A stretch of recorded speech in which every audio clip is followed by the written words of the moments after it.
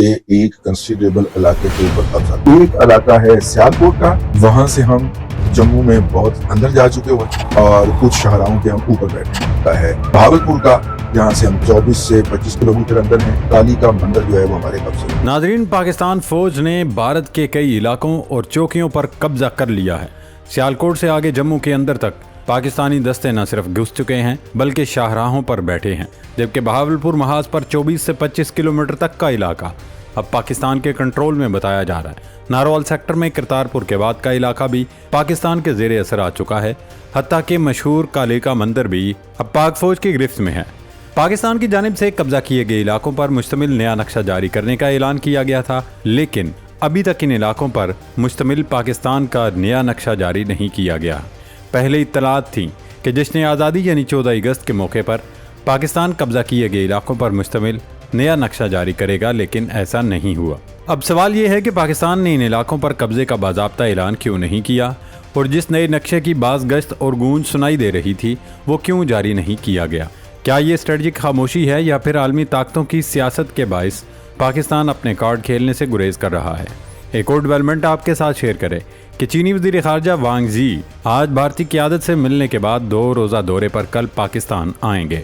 चीनी वज़ीर ख़ारजा के दौरे से पहले एक और बड़ी खबर सामने आई है कि चाइना ने पाकिस्तान को तीसरे AI बेस्ड हिंगोर क्लास आबदोज हवाले कर दी है, जबकि भारत आज भी ऐसी एक भी आबदोज हासिल नहीं कर सका। 8 आबदोजों के माहिदे में ये तीसरी आबदोज न सिर्फ कबल अज़ वक्त मिली है बल्कि इसने पाकिस्तान नेवी को फैसला कुन बरतरी भी दिला दी है।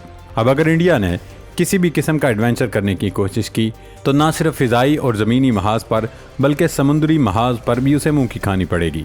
उधर भारतीय सियासत के अंदरूनी घुमसान ने नरेंद्र मोदी को मज़ीद कमज़ोर कर दिया है। कौमी सलामती के मशीर अजीत डोवल और वज़ीर दाखिला अमित शाह अपनी साजिशों और नाकामियों से न सिर्फ मोदी को बल्कि पूरे भारत को ले डूबे हैं। दोस्तों, इंडियन मीडिया एक बार फिर पूरी दुनिया में मजाक बन गया। इंडियन टीवी चैनल ने अनोखा दावा कर दिया कि अमेरिकी सदर डोनाल्ड ट्रंप से जिस शख्स ने सदर प्यूटन के तौर पर मुलाकात की है वो दरअसल प्यूटन नहीं बल्कि उनकी डमी था। अब इस किस्म की रिपोर्टिंग पर पूरी दुनिया मोदी के गोदी मीडिया पर थू थू कर रही है। ये पूरा मंजरनामा इस हकीकत को उजागर करता है कि खित्ते में ताकत के खेल का नया रुख इख्तियार कर लिया है। पाकिस्तान अस्करी सतह पर अपनी बर्तरी को उजागर कर रहा है, जबकि भारत सियासी और सफारती महाज पर दिफाई पोजीशन में दिखाई देता है। नाजरीन, चीनी वज़ीर ख़ारजा वांग ज़ी 2 रोज़े दौरे पर कल पाकिस्तान आ रहे हैं। इस दौरे में पाकिस्तान की सिविल और फौजी क़यादत से मुलाकातें करेंगे, जिनमें दोनों मुल्कों के दरमियान स्ट्रेटजिक मुज़ाकरात के अलावा 2 तरफ़ा ताल्लुकात और आलमी और इलाकाई मामलात ज़ेर बहस आएंगे। चीनी वज़ीर ख़ारजा का ये दौरा इस लिहाज से अहम है कि वो मई में पाकिस्तान और भारत के दरमियान 4 रोज़ा जंग के अलावा जून में ईरान इसराइल जंग के बाद ये दौरा कर रहे हैं। इन जंगों के बाद पाकिस्तान के अमेरिका के साथ ताल्लुकात में भी गर्मजोशी आई है। भारत के साथ हालिया जंग में पाकिस्तान की फतह में चीन की तरफ से पाकिस्तान की हिमायत ने अहम किरदार अदा किया है।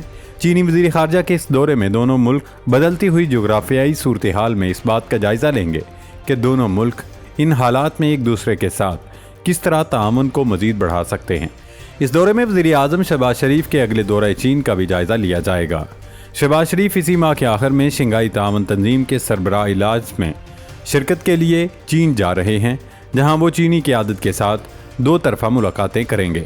दोस्तों, पाकिस्तान को चीन में बनी हुई तीसरी AIP बेस्ड आबदोज मिल गई है। भारत के पास अभी तक AIP बेस्ड एक भी आबदोज मौजूद नहीं है। चाइना और पाकिस्तान के दरमियान टोटल 8 आबदोजों का मुआहिदा हुआ था, जिसमें से तीसरी आबदोज पाकिस्तान को मिल गई है। इसी तरह पाकिस्तान नेवी को अब भारतीय बहरिया पर बर्तरी मिल गई है। चीन की जानिब से तीसरी हिंगोर क्लास आबदोज इतनी जल्दी पाकिस्तान को मिल गई है जिसका किसी ने सोचा तक न था। पाकिस्तान की तरफ से भारत को ये एक बड़ा झटका यूं कह लें कि पाकिस्तान ने भारत को एक और कारी ज़र्ब लगाई है। पहले पाक फ़िज़ाइया ने भारतीय एयरफोर्स को सरप्राइज़ दिया, उनके दांत खट्टे किए और अब पाक बहरिया भारतीय बहरिया का गुरूर खाक में मिलाने के लिए मुकम्मल तैयार है।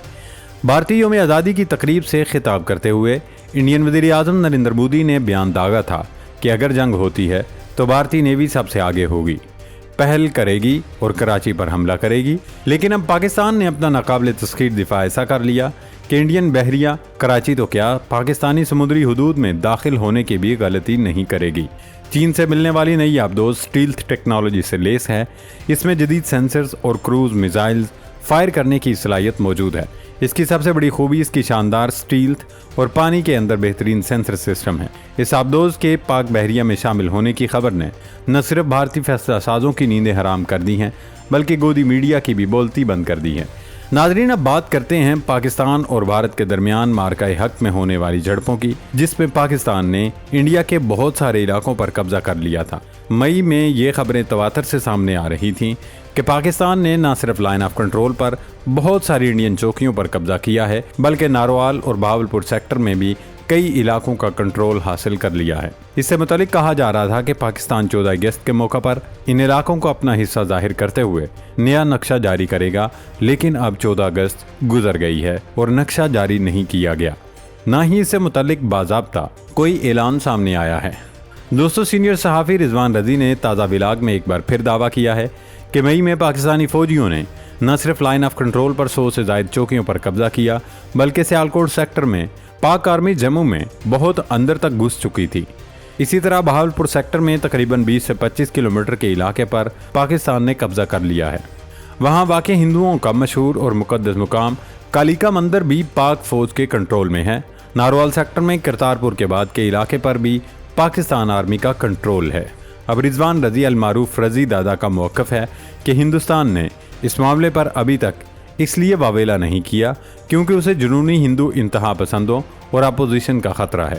انڈیا چاہتا ہے کہ بیک ڈور چینل استعمال کرتے ہوئے پاکستان سے یہ علاقے واپس لے لیں۔